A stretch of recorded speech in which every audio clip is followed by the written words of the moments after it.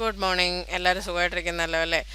ഇന്നലെ നമ്മൾ നിഫ്റ്റി നോക്കിയാൽ നിഫ്റ്റി ഒരു ചെറിയൊരു ഗ്യാപ്പ് അപ്പിൽ ഓപ്പൺ ആയി. അത് കഴിഞ്ഞിട്ട് ഒരു ഫ്ലാറ്റായിട്ട് തന്നെയാണ് ക്ലോസ് ആയിരിക്കുന്നത്. അങ്ങനെ ഭയങ്കര കാര്യമായിട്ടൊന്നുമില്ല, ഫ്ലാറ്റ് തന്നെയായിരുന്നു. പിന്നെ ആ ഗ്യാപ്പ് ഫില്ലായിട്ടില്ല. ഇന്ന് മന്ത്ലി എക്സ്പയറി ആണ്. എല്ലാവരും ഭയങ്കര സൂക്ഷിച്ച് ട്രേഡ് ചെയ്യുക. എസ്പെഷ്യലി അത് കഴിഞ്ഞിട്ട് നമ്മുടെ വിക്സും ഭയങ്കര കുറവാണ്. അതുകൊണ്ടിട്ട് നോക്കി വേണം. ലാസ്റ്റ് എക്സ്പയറി എല്ലാവർക്കും ഓർമ്മയുണ്ടായിരിക്കുമെന്ന് വിചാരിക്കുന്നു. വളരെ മോശമായൊരു എക്സ്പയറി ആയിരുന്നു ലാസ്റ്റ് എക്സ്പയറി. ഒരുപാട് പേരുടെ പൈസ പോയി. ഞാൻ ഏതായാലും ട്രേഡ് ചെയ്തില്ലായിരുന്നു, അതുകൊണ്ട് കുഴപ്പമില്ല, നഷ്ടം വന്നില്ല.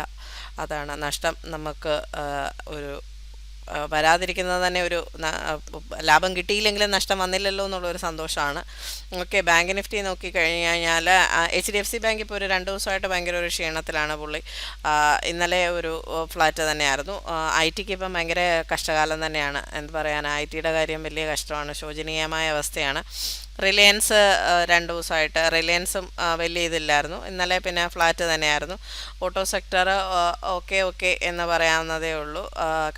FMCGയും ഓക്കെയാണ്. പിന്നെ എന്താണെന്ന് വെച്ച് കഴിഞ്ഞാൽ ഇന്ന് മാർക്കറ്റ് ഏതായാലും നമുക്ക് ഭയങ്കര ബുദ്ധിമുട്ട്. ഇന്ന് ഇത് US മാർക്കറ്റിൻ്റെ ഇത് എഫക്റ്റ് ആകുമെന്ന് തോന്നുന്നില്ല. ഇന്നലെ US മാർക്കറ്റ് ക്ലോസ് ആയി കഴിഞ്ഞിട്ടായിരുന്നു മെറ്റായുടെ റിസൾട്ട് വന്നത് അതിഭീകരമായിരുന്നു. അതുകൊണ്ടിട്ട് മെറ്റായുടെ റിസൾട്ട് ഭയങ്കര മോശമായിരുന്നു. ഇന്നിപ്പം എനിക്ക് തോന്നുന്നു മെറ്റ ഓപ്പൺ ആകുന്നത് തന്നെ ഭയങ്കര ഇതായിട്ടാണ് ഓപ്പൺ ആകുന്നത്. 200 ബില്യൺ വർത്ത് മാർക്കറ്റ് ക്യാപ്പാണ് അവർക്ക് വൈപ്പൗട്ടായി പോയിരിക്കുന്നതെന്നാണ് മെറ്റായുടെ റിസൾട്ട്. അത് ഒരു നല്ല ന്യൂസ് അല്ല. ഇന്നും അതുപോലെ തന്നെ ഇന്ന് അതായത് ആക്ച്വലി ഇപ്പം അവർക്ക് ബുധനാഴ്ച ആയിട്ടല്ലേ ഉള്ളൂ, ബുധനാഴ്ച രാവിലെ ആയിട്ടേ ഉള്ളൂ.